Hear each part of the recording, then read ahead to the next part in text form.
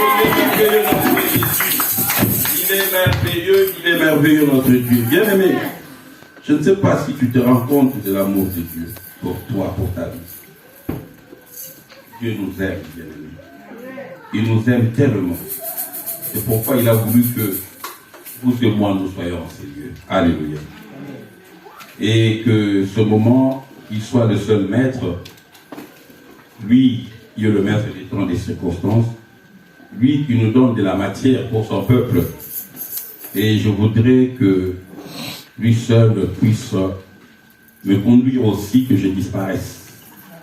Et je lui dis merci pour cette grâce, cette faveur qu'il m'a accordée. Et merci aussi à son serviteur qui accepte de s'asseoir et écouter. Humble personne que je suis, modeste, afin que je prenne sa place. La mission qui lui a été confiée, il me la laisse pour l'instant. Alléluia. Amen. Bien-aimé, le thème de ce message, j'ai eu le thème, c'était ce mercredi, lorsque l'homme de Dieu était en train de prêcher. Il a fini par dire quelque chose. Et j'ai dit, voilà, c'est ça le message. C'est ça le thème, pardon. Mais mon message, bien aimé, je me suis référé, depuis le début de l'année, l'homme de Dieu nous a prêché sur l'église. Et après l'église, nous avons été en prière la semaine passée, où nous avons eu le thème « Déliez-le et laissez-le aller ». Alléluia. Amen. Et je me suis appuyé sur ça, et c'est ça qui sera le message. Les thèmes de ce message, chacun écrit à sa façon. Je suis dans un bon endroit. Alléluia. Amen. Nous sommes dans un bon endroit. Alléluia. Amen. Et la semaine passée, nous avons prié avec le thème « Déliez-le et laissez-le partir ». Je ne peux pas lire le texte de l'histoire de Lazare que nous connaissons, mais je vais faire un briefing. Déjà, je vous dis que c'est aujourd'hui le message de parlons. Je ne prendrai pas beaucoup de temps. Ça sera un court message. Et après, je laisserai la place à l'homme de Dieu. Je ne veux pas prendre beaucoup de temps. Mais je suis dans les livres de Jean, chapitre 11, pour rappel, verset 43 à verset 44. Je vais lire au nom du Seigneur Jésus. La Bible dit, ayant dit cela, il cria d'une voix forte, Lazare sort. Et le mort sortit, les pieds et les mains liés de bandes, et le visage enveloppé d'un linge. Jésus leur dit, déliez-le et laissez-le aller. Déliez-le. Jésus s'adresse à qui? Qui devait faire ce travail? Il donne le pouvoir à qui a reçu cette mission de délier? Déliez-le. Le là, c'est qui? Laissez-les aller. Qu'ils partent où? Sa famille était là. Sa maison était à côté. Et nous allons essayer de voir pourquoi c'est là. Déliez-le. Bien-aimé, ici il s'agit d'une histoire que nous connaissons. Il s'agit de Lazare. Un homme que Jésus aimait beaucoup. Jésus n'aimait pas seulement Lazare, il aimait aussi sa famille. C'est comme toi aussi tu es venu dans le Seigneur, sache que Jésus t'aime. Alléluia. Non seulement il t'aime, il aime aussi ta famille. De la même façon, il t'aime, il aime aussi tes enfants, tes parents, parce que toi, tu es venu à lui. Alléluia. Mais un jour, cet homme que Jésus aimait est tombé malade. Bien-aimé, ses sœurs n'ont pas hésité. Ils savent qu'il y a quelqu'un qui est plus qu'un médecin, qui peut guérir notre frère. Et cet homme, c'est Jésus. Ils ont envoyé le message à Jésus. S'ils ont envoyé le message à Jésus, c'est qu'il y a quelque chose qui n'allait plus, du point de vue médical peut-être. Et nous avons les mêmes habitudes. Lorsque nous sommes malades et que la maladie continue à prendre un peu des élans bizarres, qu'est-ce que nous faisons? nous recourons auprès de Jésus. Alléluia. Parce que nous savons qu'il est capable de nous guérir. Mais le message arrive chez Jésus qui était en mission quelque part. Jésus a dit, je n'arrête pas ma mission parce que cette maladie n'amènera pas Lazare à la mort. Voilà déjà l'assurance. Quand Dieu dit, c'est ce qui va se passer.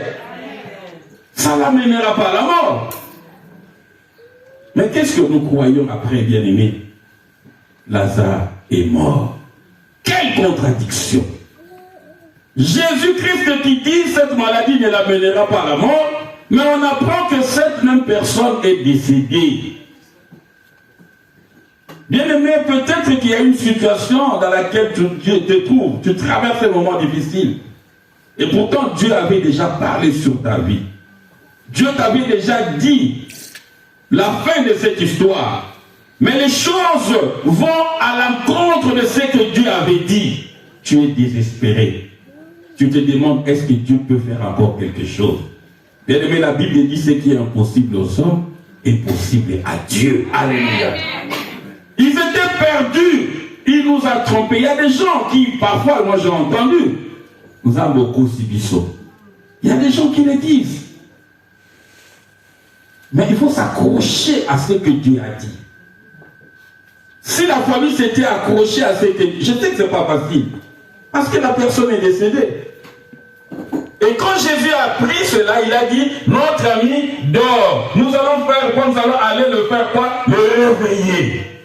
Il insiste. Lazare a été enterré. 4 jours après, Jésus qui vient sur les lieux à Béthanie. Écoutez ses sœurs Marie et Marthe. Ce sont des reproches avec un peu de respect. Si tu étais là, c'est que c'est toi le responsable. Nous savons que tu es capable. Mais tu n'as pas été là quand on t'a appelé. Et tu dis que tu nous aimes. Parfois, il y a des gens qui doutent de l'amour de Dieu. Ils pensent que non, mais est-ce que Dieu m'aime vraiment avec ce que je suis en train de traverser dans ma vie? Jésus a pleuré. Jésus a pleuré, oui, parce qu'il aimait Lazare. Mais il a beaucoup plus pleuré à cause de l'incrédulité. Mais ces gens, ça veut me prendre pour qui? Et Jésus a dit, allons, montrez-moi où vous l'avez mis. Ils ont dit, viens le voir. Mais quand Jésus pleurait, bien aimé, il y a des gens qui ont dit, voilà comment il aimait cet homme. Lui, il a pleuré. Mais bien aimé, sachez que même si les gens peuvent vous encourager, il y aura toujours ceux-là qui vont vous décourager. Certains ont dit, menteur qu'il est.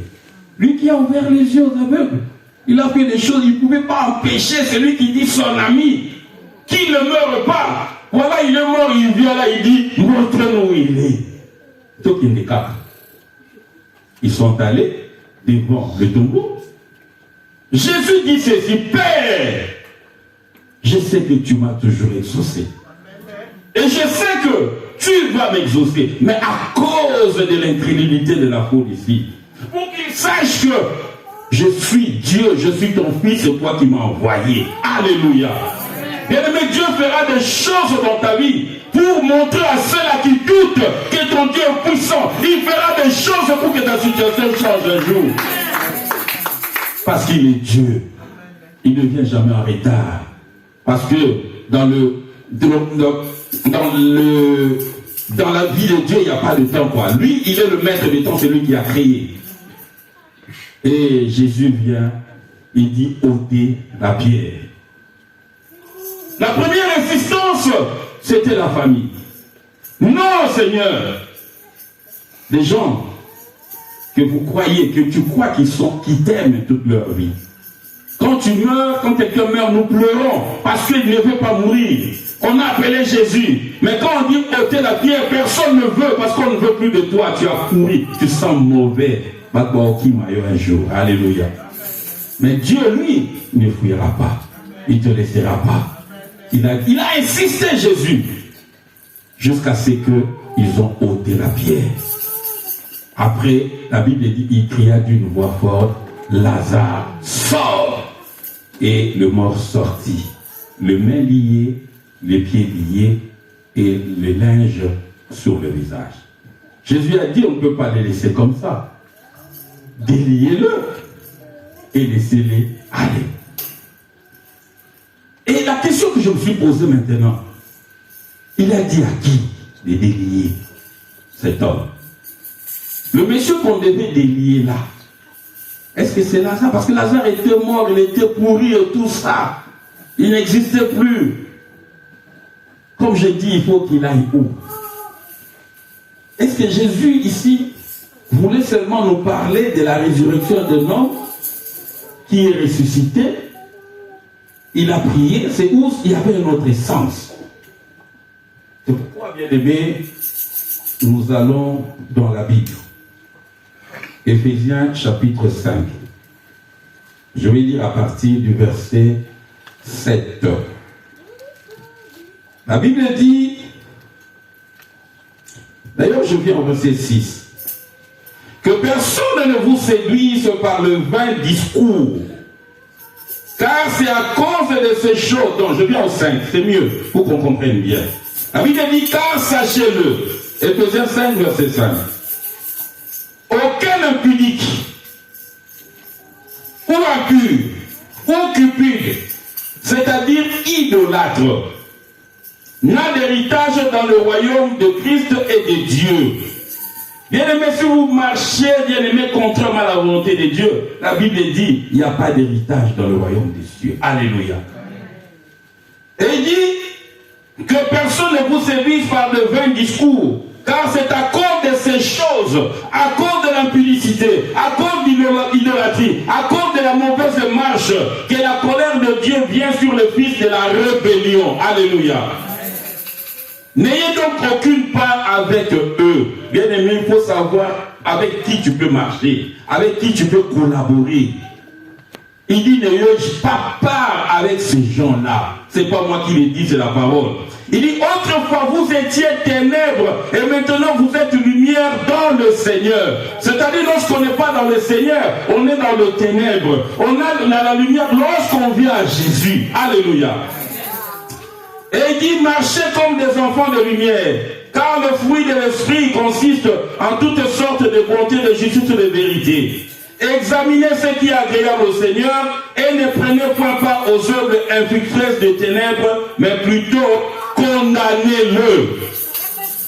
Et ce qui m'intéresse ici, bien aimé, il dit, car il est honteux de dire qu'ils font en secret, mais tout ce qui est condamné est manifesté par la lumière. Car tout ce qui est manifesté est lumière. C'est pourquoi cela qu'il est dit, réveille-toi, toi qui dors, relève-toi d'entre les morts et Christ t'éclairera. Réveille-toi d'entre les morts. Réveille-toi où? Toi qui es d'entre les morts. Paul, quand il parlait ici, il se référait à la parole de Jésus sur le tombeau de Lazare, qui disait à Lazare, sors de là, alléluia.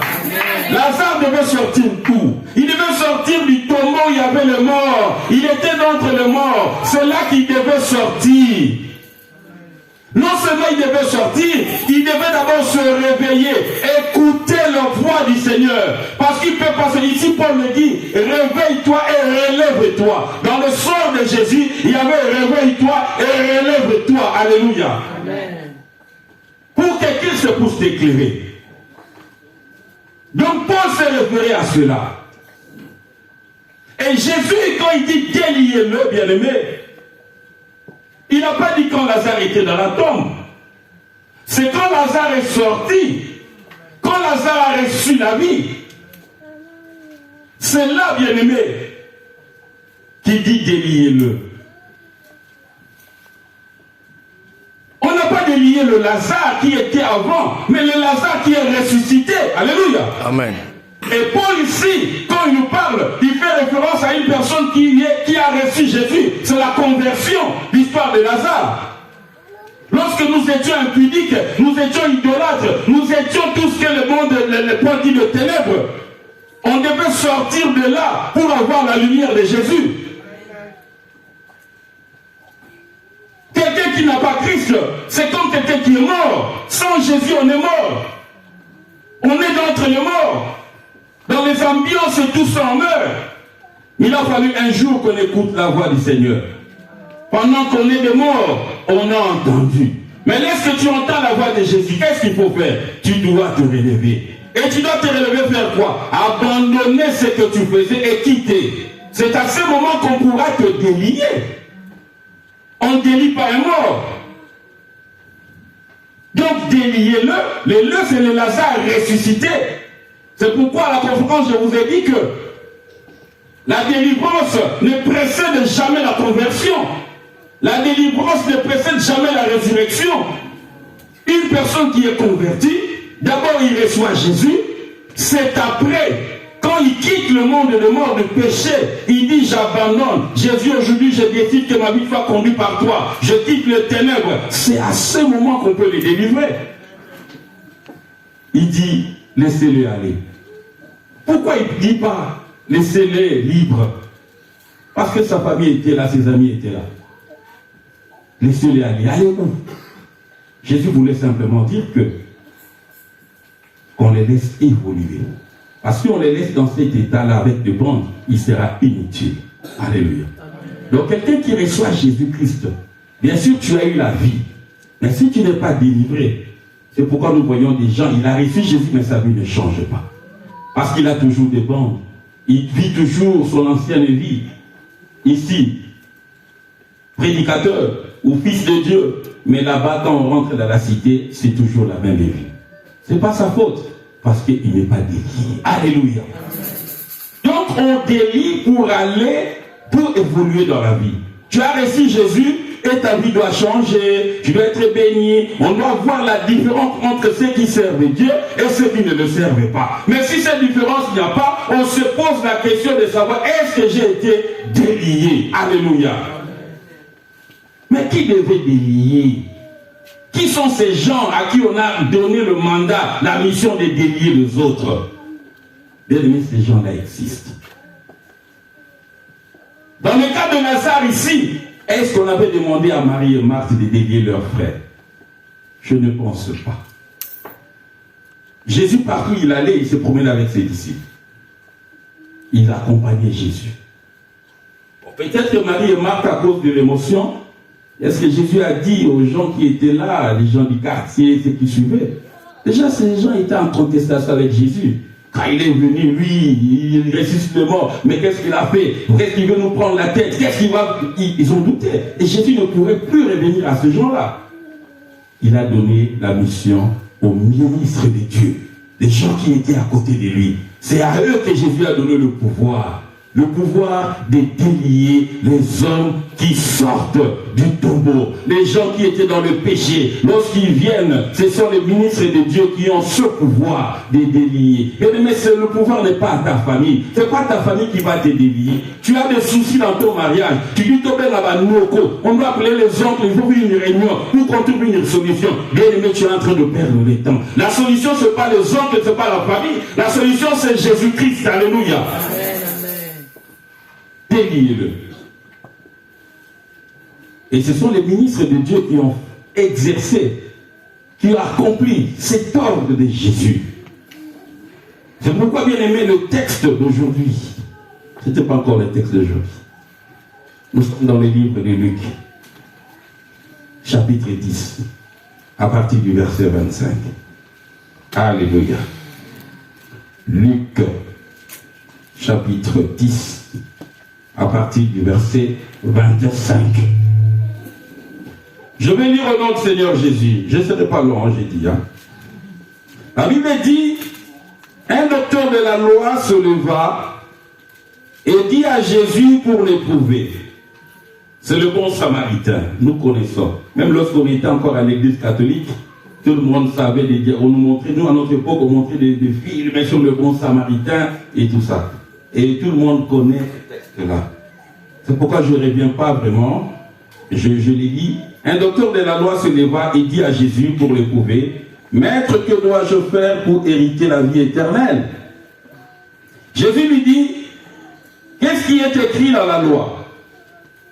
Qui lis-tu » Il répondit, « Tu aimeras le Seigneur ton Dieu de tout ton cœur, de toute ton âme, de toute ta force et de toute ta pensée. et ton prochain comme toi-même. Jésus dit, tu as bien répondu. Écoutez la suite. Tu as bien répondu. Jésus lui dit, fais cela et tu vivras. Mais lui, voulant se justifier, dit à Jésus, et qui est mon prochain? Alléluia. Jésus reprit la parole et dit, un homme descendait de Jérusalem à Jéricho. Mais ce que Jésus est en train de dire ici, c'est un parabole. Parabole, ce n'est pas une histoire vraie. C'est une illustration pour que les gens comprennent. Parce que les gens, parfois, tu lui dis les choses telles qu'elles sont et ils ne comprennent pas. Mais quand ce sont des choses, tu veux donner une forme, c'est là qu'ils comprennent. Et Dieu le sait. Il donne l'illustration ceci. Il dit, cet homme descendait de Jérusalem à Jéricho. Il tomba au milieu des brigands qui le dépouillèrent. Le chargeur de coups et s'en allèrent, le laissant à demi-mort. Un sacrificateur qui par hasard descendait par le même chemin, ayant vu cet homme, passa outre. Un lévite qui arriva aussi dans ces lieux, l'ayant vu, passa outre. Mais un samaritain qui voyageait, étant venu là, fut ému de compassion lorsqu'il le vit, s'approcha et le banda des plaies, en y versant de l'huile et du vin. Puis il le mit sur sa propre monture, le conduisit à une hôtellerie et prit soin de lui. Le lendemain, il tira 2 deniers, les donna à l'autre et dit, aie soin de lui, et ce que tu dépenseras de plus, je te le rendrai à mon retour. Je voudrais m'arrêter d'abord là. Et bien aimé, on dit qu'un homme quittait Jérusalem pour aller où? À Jéricho. Bien aimé, cela a un sens. J'ai essayé de chercher Jérusalem, et en hébreu ça veut Jérusalem. C'est ville de paix. Et par contre, le Jéricho, c'est ville des combats. Cet homme quitte l'endroit où règne la paix. Mais il veut se rendre à un endroit où il y a les combats. Tu quittes, excusez-moi pour RDC, tu quittes Kinshasa, tu dis je vais aller à l'est du Congo. Mais c'est que les choses peuvent arriver. Parce que là, il y a la guerre. On peut te tuer. Ce sont des risques que tu es en train de prendre, bien-aimé. Et c'était normal qu'en quittant ces lieux, qu'ils puissent croiser cette embuscade. Les Kouloun a été là. Ils l'ont tabassé, comme la Bible dit. Ils l'ont frappé à mort.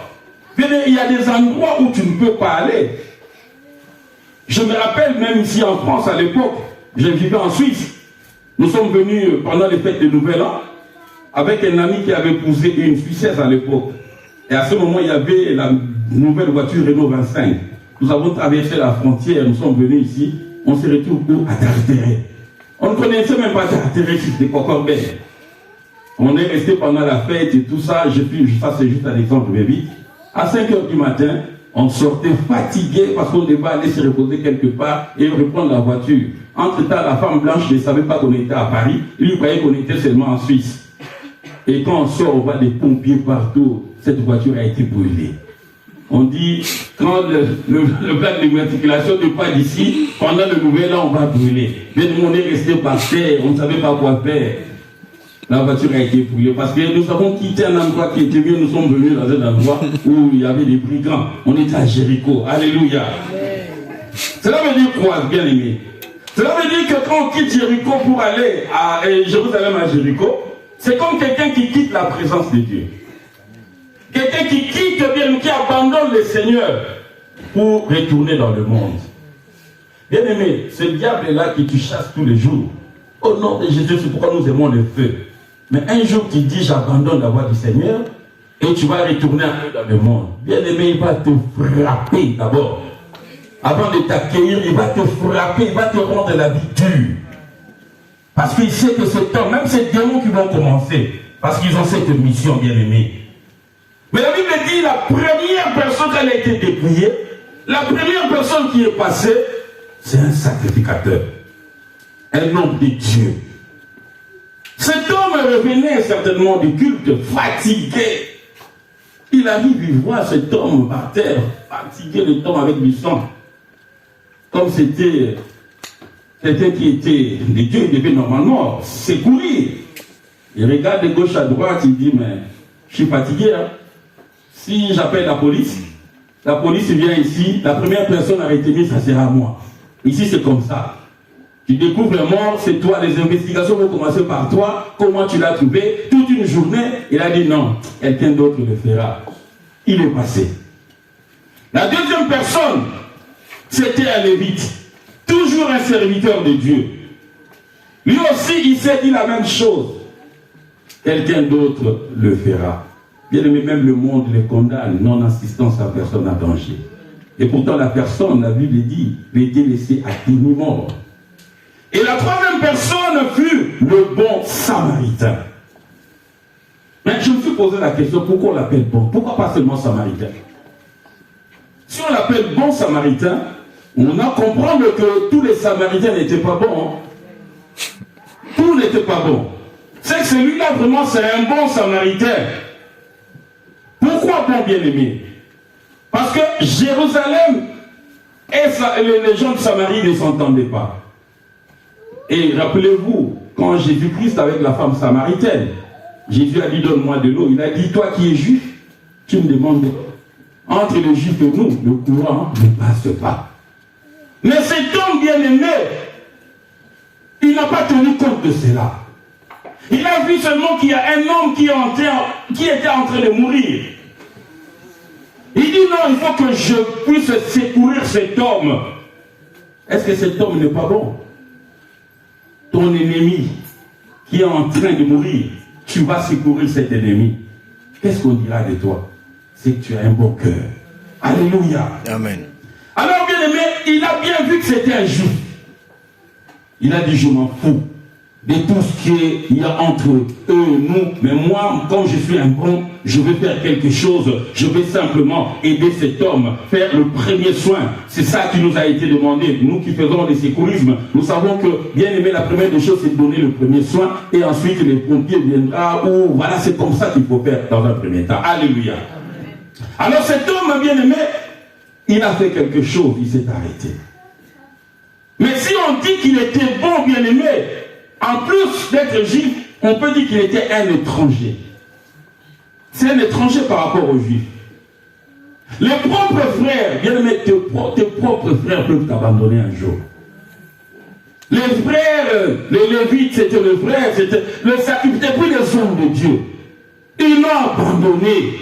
Mais cet homme, là, il a dit non, moi je ne peux pas laisser cet homme mourir. Bien que je suis un étranger, je dois secourir cet homme. Alléluia. Voilà, l'étranger, non seulement il était étranger, mais il était un homme bon. Alléluia. Alors bien aimé, cela veut dire quoi? Cela veut dire ceci, je vais illustrer cela. Dieu a créé l'homme dans le jardin d'Éden. Le jardin d'Éden, c'est l'image de Jérusalem, où il règne la paix. Il ne manquait de rien l'homme. Où Dieu venait rendre visite à l'homme tout le temps. Mais un jour, l'homme ayant entendu la voix du serpent, il faut faire attention à qui tu donnes tes oreilles. Tu es dans un endroit calme, il y a la paix. Mais parce que tu as entendu quelque chose, tu t'es éloigné, bien-aimé. Attention là où tu vas. C'est où? C'est peut-être à Jéricho. On va te frapper là-bas où tu vas. Alléluia. Vous savez, Jésus, quand on lui a posé la question sur les signes du temps, qu'est-ce qui arrivera à la fin des temps? Croyant qu'il allait dire à la fin des temps, il y aura des guerres. La première des choses, il a dit, prenez garde que personne ne vous séduise. Bien aimé, je vous dis cet après-midi, prenez garde que personne ne vous séduise. Il a dit quand nous avons lu le passage de Jean ici, non de Éphésiens 5, prenez garde, bien-aimés. Donc je disais que Jardin d'Éden, c'est l'image de Jérusalem. Alors, c'est-à-dire que l'homme s'est rebellé. L'homme a désobéi. Il a quitté le Jardin d'Éden pour venir dans le monde, parce qu'il a été chassé. Dans le monde où il y a des troubles, ce que nous connaissons aujourd'hui, nous sommes à Jéricho, bien-aimés. On a fui. Je parle par rapport au monde. Alors, bien-aimé, cet homme, il a été frappé. J'ai dit frappé ici, c'est toujours l'image de quelqu'un qui n'a pas obéi Dieu, qui s'est retrouvé pas de sécurité, un homme que le diable peut balancer à tout vent. C'est ça l'image que la Bible veut nous donner. Quelqu'un qui veut marcher dans toute la liberté. Quelqu'un qui veut suivre son chemin, comme cet homme-là. Mais Dieu ne veut pas que l'homme lui échappe. Il a dit non, il faut que je puisse sauver l'homme. Et la première démarche que Dieu a fait, il a essayé de sauver l'homme par le sacrifice. Quand on parle du sacrificateur, on voit les sacrifices. C'est pourquoi dans l'ancien temps, même à l'époque de Moïse, on a vu qu'il y avait beaucoup de sacrifices bien aimés. On a fait tellement de sacrifices que ces sacrifices-là n'ont pas permis à ce que l'homme puisse avoir le salut. Alléluia. Et quand le sacrifice a échoué, bien aimé, Dieu a dit quoi? Il a dit maintenant, il faut que je puisse passer par la loi. Alléluia. Et bien aimé, la loi, les Lévites, quand on parle des Lévites, on voit la loi. Les Israéliens, ils ont pensé qu'en observant la loi, quand ils ont observé la loi, ils auront le salut. Mais ils ont observé la loi au temps de Moïse. Mais la loi n'a pas pu sauver l'homme. Et Dieu a dit enfin, comme la loi, le sacrifice n'a pas pu sauver l'homme, moi je ne peux pas perdre l'homme. C'est pourquoi il a envoyé qui? Il a envoyé le bon samaritain. Le bon samaritain c'est quoi? C'est le temps de la grâce. Alléluia. Le bon samaritain ici c'est le temps de la grâce. C'est-à-dire dans la grâce, Dieu ne tient ni compte de sacrifice, ni compte de la loi. Alléluia. Il veut simplement sauver l'homme. Mais il a envoyé un étranger. Cet étranger est venu, il nous a trouvés dans l'état où nous étions bien-aimés. Il n'a pas voulu savoir pourquoi nous avons quitté Jérusalem pour aller. Il n'a pas voulu savoir qu'est-ce qui s'est passé. La première des choses, l'étranger s'est arrêté. Il s'est arrêté tout d'abord pour nous donner le premier soin. Alléluia. Bien-aimé, c'est pour dire que la grâce n'est pas plus. Et la grâce est toujours plus que le sacrifice. La grâce est plus que la loi. La grâce, c'est Jésus, le bon samaritain. Alléluia. C'est lui qui est venu, bien aimé, pour sauver l'homme. Donc, nous voyons ici que la grâce, le temps de la grâce est la troisième voie que Dieu a utilisée. La première voie, j'ai dit, c'était le sacrifice qui n'a pas marché. La deuxième voie, il a essayé par la loi, ça n'a pas marché. Et la troisième voie, bien aimé, c'est la dernière voie que Dieu est en train d'utiliser. Alléluia. Donc j'ai dit que la troisième voie, c'est la dernière loi. Et c'est dans la grâce que Dieu a tendu la main à tout le monde entier. C'est un étranger. Il a tendu la main, bien aimé, sans distinction de race, bien aimé, ni de tribus. Dans le temps de la grâce, bien aimé, Dieu ne demande pas est-ce que tu es fils d'Abraham ou pas. Pas du tout. Il veut seulement sauver. C'est pourquoi vous et moi, les autres nations, nous sommes là aujourd'hui. Alléluia. Nous sommes là aujourd'hui, bien aimés, parce que le bon samaritain nous a ramassés dans la rue. Nous étions dans nos vies, bien aimés, du désordre de nos familles, dans la sorcellerie ou autres, bien aimés, dans les débauches. De la même façon, il a trouvé cet homme dans la rue.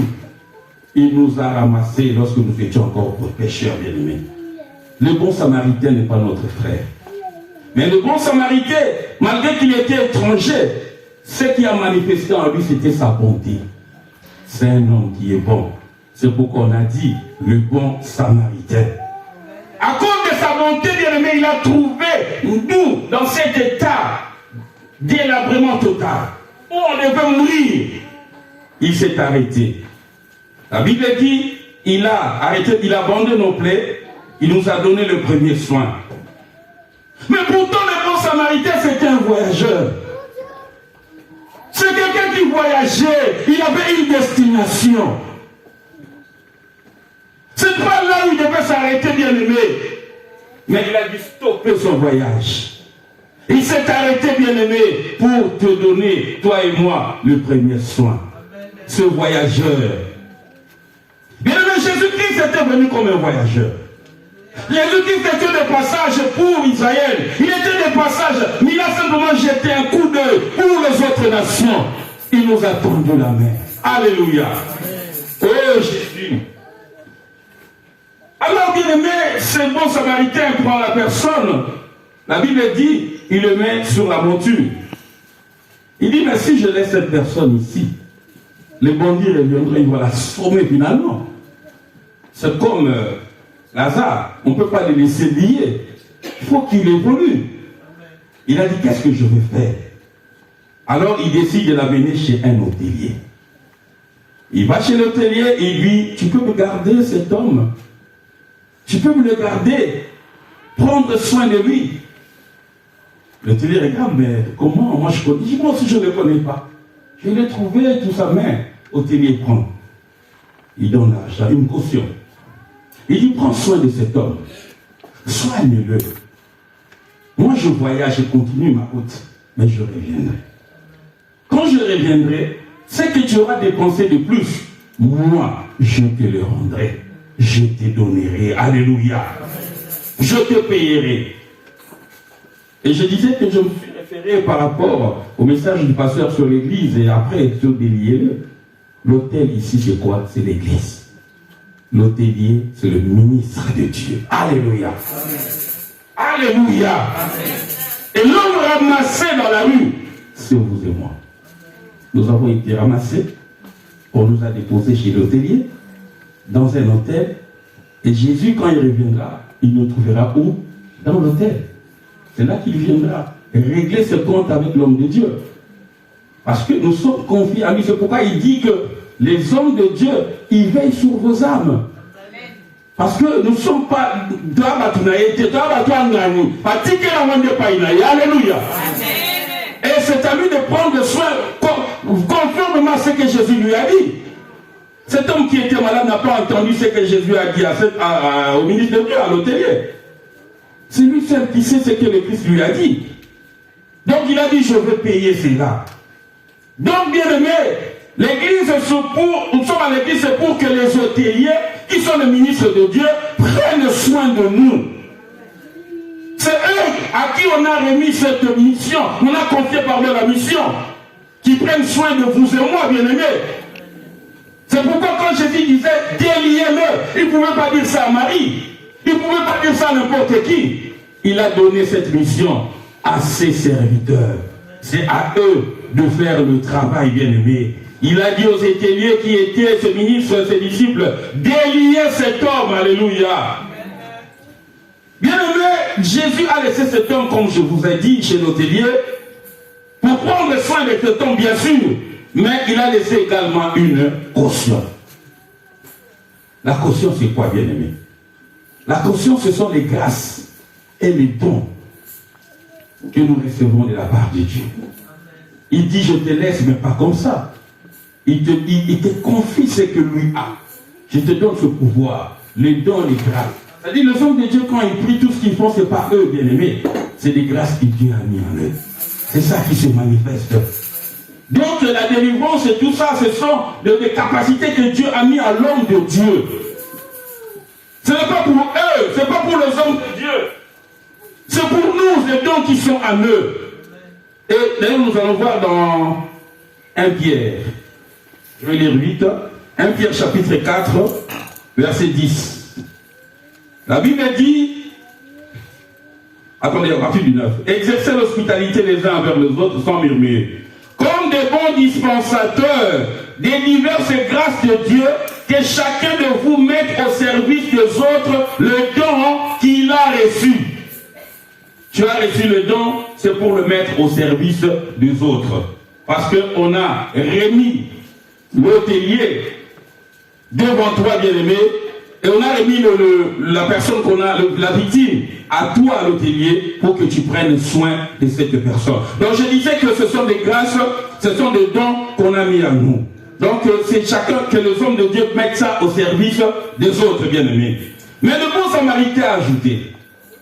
Il a dit, la caution que je te donne, c'est au cas où cette caution faisait défaut, toi tu dois ajouter ce qui est à toi. Cela veut dire quoi? Que les hommes de Dieu ne travaillent pas seulement avec les grâces et les dons que Dieu a mis en eux, Mais ils doivent aussi ajouter quelque chose. Ils doivent ajouter de l'intelligence. Ils doivent ajouter l'effort physique. Alléluia. Amen. Quand le pasteur rentre à jeûne, il prie pour l'église. Ça, c'est pas un don. Il est en train, l'apôtre Paul a dit, j'ai fait durement mon corps. Ça, c'est pas du don. Il quitte chez lui à 2h du matin parce que tu l'as appelé en voiture, les carburants et tout ça. C'est pas des dons, bien aimés. Mais s'il le fait, parce qu'il sait qu'il s'attend aussi à quelque chose. C'est pourquoi il doit garder. On lui a donné une caution, il a déjà dépensé beaucoup. Il ne peut pas abandonner. Amen. C'est une caution qu'il a reçue, bien aimé. Donc il doit ajouter. Donc le ministère de Dieu ne travaille pas seulement avec les dons. Il doit travailler avec l'effort physique qu'ils ont, bien aimé. C'est pourquoi l'œuvre de Dieu demande beaucoup d'initiatives. Quand on dit rentrer en prière, faisons ceci. Bien aimé, il faut comprendre. Ce n'est pas pour nous déranger, c'est pour notre bien. C'est une mission qui a été confiée. Et s'il le fait mal, c'est lui qui parle. Il éclairera le compte auprès du Créateur. C'est pourquoi nous devons beaucoup d'estime, beaucoup de respect envers les hommes de Dieu. Parce que la mission, ils n'ont pas reçu ça des présidents de la République. Ils ont reçu ça, bien aimé, des dieux bien aimés. Alors je vais te dire une chose, bien aimé. En ce qui concerne les choses de Dieu, je reviens maintenant à ce que je disais au début. Toi qui entends des choses par-ci par-là, toi qui veux te conduire à ta façon, bien aimé, n'est jamais aller chez n'importe qui. C'est pourquoi j'ai dit, nous sommes dans un bon endroit. Alléluia. Ne va jamais chez n'importe qui. Va chez celui qui a reçu la caution. Va chez quelqu'un à qui le bon samaritain a remis une caution, bien aimé. Parce qu'il doit d'abord commencer par la caution. C'est quand la caution va s'épuiser, c'est à ce moment qu'il va essayer d'utiliser ce qui est à lui, bien aimé. Mais moi, je ne sais pas de temps en temps là où tu vas. Est-ce que tu te poses la question, cet homme-là chez qui je veux, il a reçu la caution du bon samaritain. Lorsque nous allons rentrer chez nous, demandons à nos frères et sœurs, là où ils vont, est-ce que l'hôtelier, chez qui ils vont, peut-être les gens vont simplement parce qu'il se marqué hôtel, parce qu'il y a de belles choses, de belles chaises et tout ça, bien aimé. Il y a des instruments, ça sonne bien. C'est pas ça le problème. Le problème est qu'il faut que cet homme-là puisse avoir d'abord reçu la caution auprès du bon samaritain et ensuite, bien aimé, il pourra faire ce que lui, il le peut. Alléluia. Donc je disais que, bien aimé, le pasteur qui n'a pas reçu une caution, l'homme de Dieu qui n'a pas reçu une caution, qui est en train de travailler, bien aimé, ce qu'il fait avec ses propres moyens. Parfois, comme la caution de Dieu manque, il va chercher des charlatans pour qu'on lui donne, parce que le diable ne fait que copier ce que Dieu fait. Il va te donner une caution qui n'est pas légale. Une caution avec des intérêts, des conditions bizarres. Ici, il n'y a pas de conditions. Travaille et puis on te donnera. Mais quand il prend ces conditions-là, il vient, il fait des choses, nous voyons, nous applaudissons, nous croyons, mais cet homme est puissant. Et il demande à Dieu, Seigneur, toi qui es le bon samaritain, as-tu donné la caution à cet homme-là? C'est la question que nous devons toujours prier pour les hommes de Dieu. Au lieu de bien aimer d'entrer dans... Commence à prier pour que Dieu te montre à toi. Est-ce que cet homme est sur la bonne voie ou pas, bien aimé? C'est comme ça. Le fait de dire au nom de Jésus, une personne tombe, cela ne veut pas dire que cet homme a une caution. Non, pas du tout. Je vais vous donner juste un exemple. Il y a un homme de Dieu très puissant et Dieu utilise. Cet homme avait 3 enfants. Le cadet avait 10 ans. Le cadet marchait toujours avec son père. À l'église, il était là. Et il était là où les serviteurs de Dieu s'asseyaient. Lui, il était aussi là. Comme c'est un gamin, personne ne disait où il était là. Or, ce petit garçon observait tout ce que son père faisait. Alors, un jour, ils étaient à la maison, comme ils ont l'habitude de recevoir certaines personnes venir rendre visite à leur père, avec des enfants, les enfants jouent à leur coin. Lui dit aux enfants, venez. Aujourd'hui, moi, je vais être le pasteur. Il les a mis ensemble, les jeunes, tout ça, tous les gamins de 10 ans, 8 ans. Il a dit, concentrez-vous. Il a commencé à exhorter un peu. Le petit, il suivait son père parce que les enfants, ils copient bien.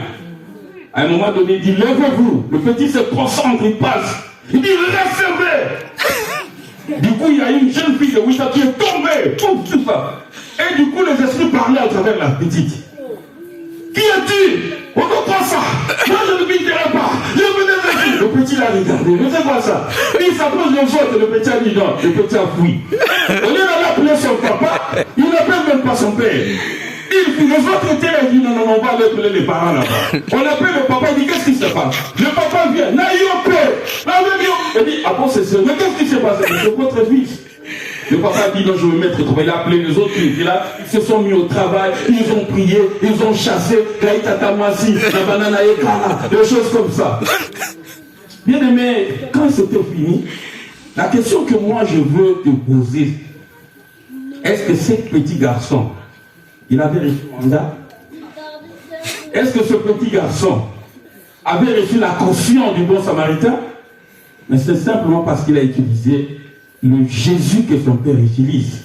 Il a utilisé le nom de Jésus. La Bible dit que devant les gens de Jésus, tout genou fléchit. Ce n'est pas parce que les démons ont fui là-bas que tu vas penser que là c'est un homme de Dieu. Non, bien-aimé, même ce petit enfant a fait la même chose. Alléluia, alléluia, alléluia. Bien-aimé, Dieu nous aime. L'amour de Dieu est tellement grand, il a abandonné son trône, il est descendu pour nous sauver. Il a cherché tous les moyens possibles, bien-aimé. Cela n'a pas marché. Lui-même, il s'est abandonné. Il nous a créé à son image, bien-aimé. Tu es quelqu'un de très important aux yeux de l'Éternel. Dieu ne te laissera pas dans la situation que tu es en train de traverser. Chaque fois que tu traverses une situation difficile, regarde auprès du Seigneur. Va auprès du Seigneur. Et la parole que Dieu a donnée par rapport à toi, ça finira un jour par s'accomplir. Alléluia. Mais le problème est que, comme on dit d'abandonner par nos assemblées, est-ce que tu es à ta place? Habakkuk est resté. On dit on est des Habakkuk. L'Habakkuk doit rester à sa place. Parce que quand Jésus, le bon samaritain, reviendra, il n'ira pas à gauche, à droite. Il a une destination. Il reviendra chez l'hôtelier, là où il avait remis la caution. C'est là qu'il va demander des comptes pour voir si tu te portes bien. Il te dira que c'est moi qui t'avais ramassé dans la rue. Maintenant je suis venu, mais il a des choses à faire pour toi. Parce que là, ce ne sera plus le Jéricho, ni le Jérusalem, ça sera Nouvelle Jérusalem. Ce voyageur qui est parti, qui reviendra, est-ce qu'il te trouvera à ta place? Si tu as écouté le serpent, tu vas fuir le jardin de d'Éden. Tu vas te retrouver dans le lieu où il y a le combat. Et ça sera comme les 5 vierges folles et sages. Quand il viendra, bien aimé, la porte reste d'être fermée. Pendant que toi, tu es derrière, tu ne sais pas, tu es en train de te déambuler. Et quand tu vas te souvenir, tu reviendras, ça sera trop tard. Parce qu'il y a un endroit. Et je vous dis, bien aimé, moi je prie Dieu, bien aimé, j'ai tout fait pour que Dieu vraiment soit le maître de toutes choses dans ma vie. Et bien aimé, croyez-moi, je ne sais pas ce que je vous ai prêché pas autre chose. Je ne suis pas allé trop loin. Je suis venu simplement vous dire, vous êtes dans un bon endroit. Alléluia. Vous n'êtes pas perdu, bien-aimé. Oui, tout ce que nous faisons ici, bien-aimé, ce n'est que la recommandation de Jésus. Vous étiez mort, le Christ a crié. Vous êtes sortis d'entre les ténèbres. Il vous a donné la vie. Mais si vous remarquez qu'il y a quelque chose qui ne marche pas, vous voyez l'homme de Dieu. Peut-être que vous n'avez pas été délié. Le Jésus, il va invoquer le même Jésus. Il le fera parce qu'il a montré déjà l'exemple. Et quand vous serez délié, vous verrez que votre vie ira. Mais restez fidèles. Soyez à l'église. Tu dis, moi je vais prier à la maison. Quand il viendra, il ne va pas aller à la maison. C'est à l'église qu'il va se trouver. Et d'abord, il y a l'église locale. Le fait que tout se prépare, l'église spirituelle, l'église corps de Christ, c'est bien aimé, commence, le travail s'est fait ici. On est en train de frapper le marteau, il y a du bruit, bien aimé, c'est ici. Et quand on aura tout arrangé, on ira simplement poser et construire la nouvelle Jérusalem. Bien aimé, pour terminer, prenez garde que personne ne vous séduise. Vous avez vu l'exemple de ce petit garçon, il a réussi à chasser des démons, mais il n'avait pas le mandat. Ce n'est pas ça qui compte. Ce qui compte, c'est s'accrocher véritable à Dieu. Abandonner l'impudicité, abandonner les mauvaises choses. Parce qu'il a dit, c'est à cause de ces choses que la colère de Dieu descend sur les fils de la rébellion. L'autre fois, nous étions ténèbres. Aujourd'hui, nous sommes lumière. Il a dit, allez. Allez, ça veut dire, évoluons laissé le mort bien-aimé là où ils étaient, et maintenant nous devons être déliés, c'est par les hommes de Dieu. Marthe n'a pas pu délier, même ceux qui étaient à côté n'ont pas délié Lazare. C'est pas la maison de la famille qui va te délier, c'est pas des amis avec qui vous allez prendre je ne sais pas qui vont te délier. Ceux qui vont te délier, ce sont les ministres et les véritables ministres de Dieu, ceux qui ont reçu la caution. Même si la caution n'y est plus, ils peuvent ajouter, bien-aimé, ce que Dieu a mis en eux, c'est-à-dire les stratégies de façon, l'intelligence, et cela ira toujours pour notre bien. Que Dieu vous bénisse, recevez cette parole avec joie. Alléluia.